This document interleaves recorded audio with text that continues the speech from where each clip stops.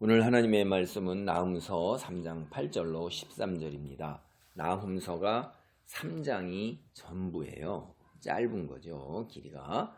그래서 이 뒤에 나오는 12개의 선지서, 이사야나 에스겔이나 이런 거 다 선지서잖아요. 근데 소선지서라고 불러요. 길이가 짧아서 그러는 거예요.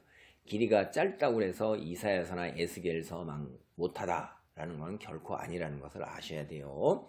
그래서 이 선지서가 12개가 순서대로 나열되어 있는 것이 이스라엘 사람들이 그 순서대로 나열한 게 의미가 있는 거예요.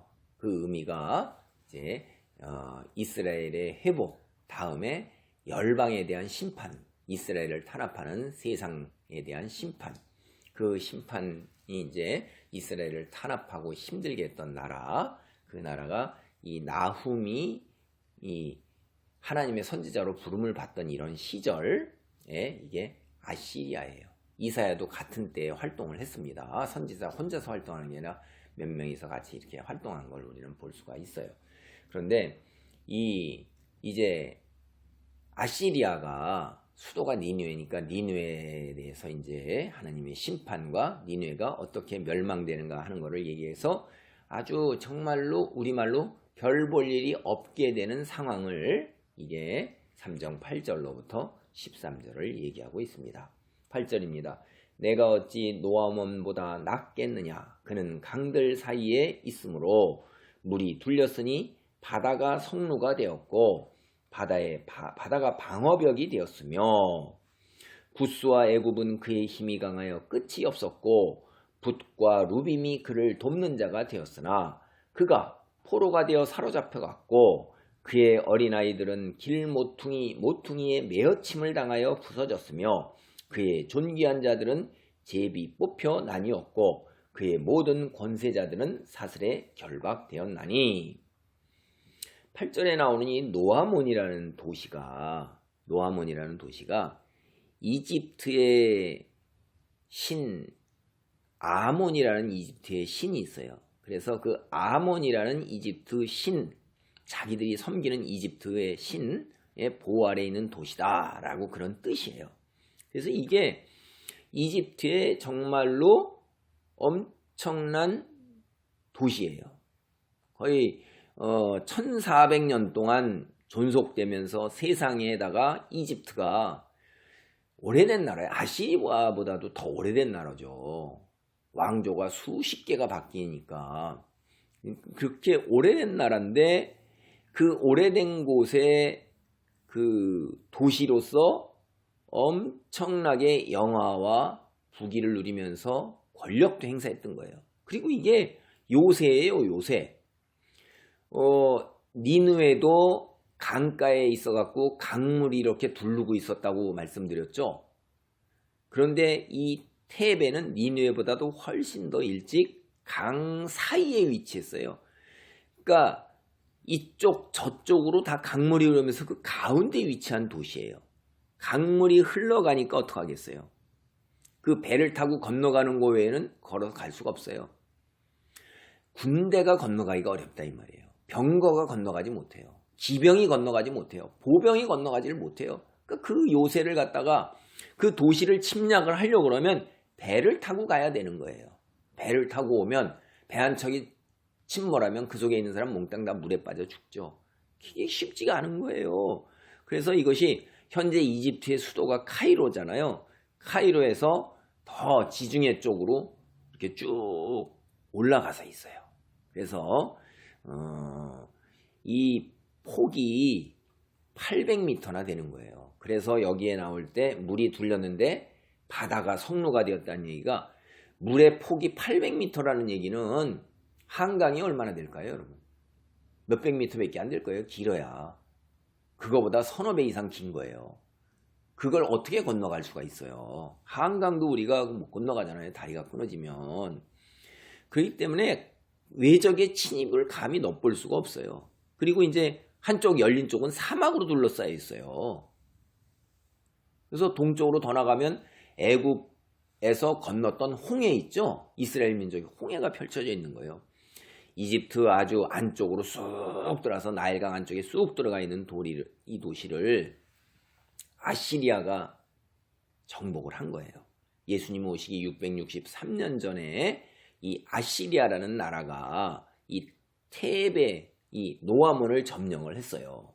그런데 이게 지금도 이해가 되지 않는 일이에요. 어떻게 이런 전쟁이 일어나서 아시리아가 이렇게 막강한 이집트의 도시를 점령할 수 있겠느냐 하는 거예요.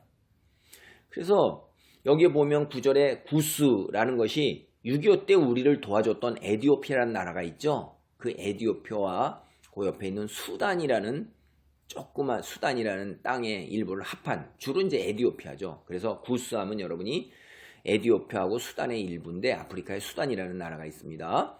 에디오피아, 이집트의 쭉 옆으로 밑으로 이렇게 내려가는 에디오피아라는 나라예요. 그런 나라고 그리고 이 노아몬이 점령당했을 때 25번째 왕조가 열려서 있었던 시대예요. 그래서 이 왕조는 여러분이 여기 제가 구스가 에디오피아하고 수단이라는 나라의 일부라고 그랬죠. 수단이라는 나라가 이 에집트의 왕조를 시작했던 거예요. 그래서 이 붓과 그 다음에 루빔 이렇게 돼 있죠. 붓이라는 것은 어느 나라인지 오늘 정확히 모르고요. 여기 이제 루빔이라는 나라는 오늘날 북아프리카에 있는 리비아 지중해에 면한 리비아라는 나라예요. 이런 나라들이 다 애굽의 통치하에 있어서 애굽을 도와서 아시리아에 대항했지만 어떻게 됐어요? 아시리아가 그 도시를 점령을 했어요. 점령하고 난 다음에 10절에 보면 점령하고 나면 포로를 잡아가서 노예로 팔거나 노예로 쓰는 거는 옛날에 당연히 그런 일들은 그냥 당연히 그렇게 이루어지는 거예요. 사람이 그냥 물건처럼 거래되고 그 다음에 노예가 되는 거니까 나라가 멸망하면. 그래서 그 나라의 고관 대작들이 다 제비 뽑혀서 각기 아시리아 사람들이 나눠 가졌단 말이에요. 제비를 뽑아서. 그리고 그 위에 고관 대작들, 왕족들 다 쇠사슬에 매어서 코가 꿰고 이렇게 꿰가지고선 사슬에 결박돼서 끌려갔어요. 그리고 이들이 얼마나 잔인한가 보세요. 어린아이들을 갖다가 길 모퉁이의 벽에다가 던져서 그냥 죽여버리는 거예요. 어린아이를. 공 던지시듯이 던져가지고선 그럼 아이가 그런 벽에 부딪혀가지고 어떻게 으깨져서 그냥 그 자리에서 죽는 거죠. 이게 인간이 할 수가 있어요? 사람이 자기도 자식을 키우잖아요. 그런데 이 남의 자식을 정복했다고 그래서 힘이 있다고 그래서 수단 방법을 가리지 아니하고 그냥 죽이는 거예요. 정말로 악한 존재예요. 제가 지난번에도 말씀드렸어요. 이 사람들이 아시리아가 얼마나 악한지 정복하면 사람들의 손을 자르고 발을 자르고 목을 자르고 눈을 파내고 이런 거를 그냥 아주 흔하게 했던 거예요. 그냥. 그러니까 주변의 모든 민족들이 아시리아가 두려워서 벌벌 떠는 거예요. 발 자르죠. 손 자르죠. 눈알 파내죠. 목을 자르죠. 때로는 살아있는데도 산채로 가죽을 벗기죠. 끔찍한 거예요. 인간이 정말 악하고 악한 존재인 겁니다. 그래서 이들이 자부심이 대단한 거예요. 1500년씩이나 된 이런 도시도 우리가 가서 점령을 못한다고 다 그렇게 내려온 거를 점령을 해버렸잖아요. 얼마나 대단한 군사력을 가지고 무력으로 그냥 그 교만하기가 짝이 없겠어요. 그런데 이제 너도 똑같이 그렇게 된다 이 말이에요. 그래서 11절 보면 너도 술에 취하여 숨으리라. 원수들 때문에 피난처를 찾으리라.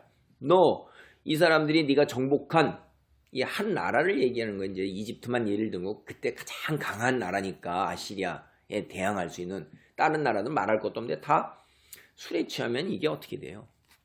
정상적이질 않잖아요. 갈팡질팡하고 몸도 못 가는다 이 말이에요. 이제 그러니까 이거는 아주 무기력하게 되는 거예요. 아무것도 못하는 거예요. 술 취한 사람이 뭘 해요. 침략자가 들어왔을 때 뭘 창이나 칼을 제대로 들겠어요? 말을 제대로 하겠어요? 걸음을 제대로 걷겠어요? 그래서 도망가기 바쁜 거죠. 12절입니다.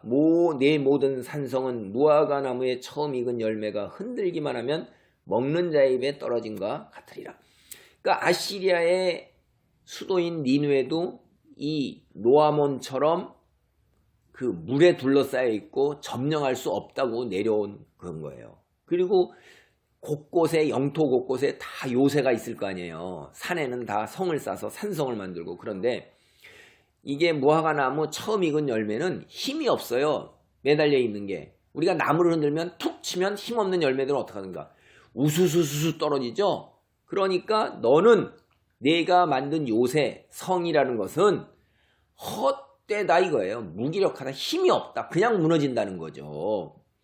그 다음에 13절입니다. 내 가운데 장정들은 여인 같고 군사들, 젊은 청년들이 다 육체적인 힘이 강하잖아요. 그런데 여인들이라는 것은 육체적인 힘이 이 장정들처럼 강하지가 못하잖아요. 그러니까 이들도 힘이 없고 침략자에 대항할 수가 없다는 거예요. 연약하기 짝이 없다는 거죠. 내 땅의 성문들은 내 원수 앞에 넓게 열리고 성에서 성문이 열리면 그 성으로 침략자들이 몰려 들어옵니다. 그래서 침략자들이 성을 갖다가 공격하는 방법은 성벽을 타고 올라가고 또 한 무리들은 큰 통나무 앞에 뾰족하게 깎아갖고 성문을 향해서 돌진해서 성문을 부시죠. 근데 그 문이 넓게 열렸다. 그걸 어떻게 막아요? 못 막는 것입니다. 그리고 나서 빗장이 불에 타는 거는 성읍이 도시가 다 불에 타는 거예요. 그러니까 너희들은 수치와 수모를 당하는 창녀라고 3장 1절로부터 7절까지 어제 얘기는 너는 그 수치와 수모, 벌거벗은 몸을 다 그 부끄러운 거 다 내보이는 창녀처럼 이렇게 돼서 눈에서 눈물이 끊이지 않고 이렇게 될 거다라고 했는데 여기에는 이제 무기력하고 멍한 사람, 그저 흔들면 먹고자 하는 사람이 입에 뚝뚝 떨어지는 무화과나무 같고, 연약한 여자, 힘이 없는 여자 같고, 이렇다는 거예요. 이거 어때요? 그냥 이거 우리말로 하면 이런 것은 그냥 걸어 들어가기만 하면 그냥 된다는 거예요. 누워서 떡 먹는다 하는 그런 것이죠. 그렇게 쉬운 일이라는 거예요. 너는 아무 별 볼 일이 없이 힘이 없고 무기력하고 내가 그렇게 교만하고 군사력이 강하고 영화롭고 힘이 있는 것 같지만은 전혀 그렇지 않다 하는 거예요. 그래서 그 한때 이쪽을 갖다가 이 고대 근동을 다 호령했던 이 니느웨가 아주 별 볼 일 없이 몰락하게 되는 것입니다. 하나님께서 그렇게 하시기 때문에 이렇게 일이 이루어지는 거예요. 오늘 18절까지 19절까지 보려고 했는데 13절까지만 보도록 하겠습니다. 아멘.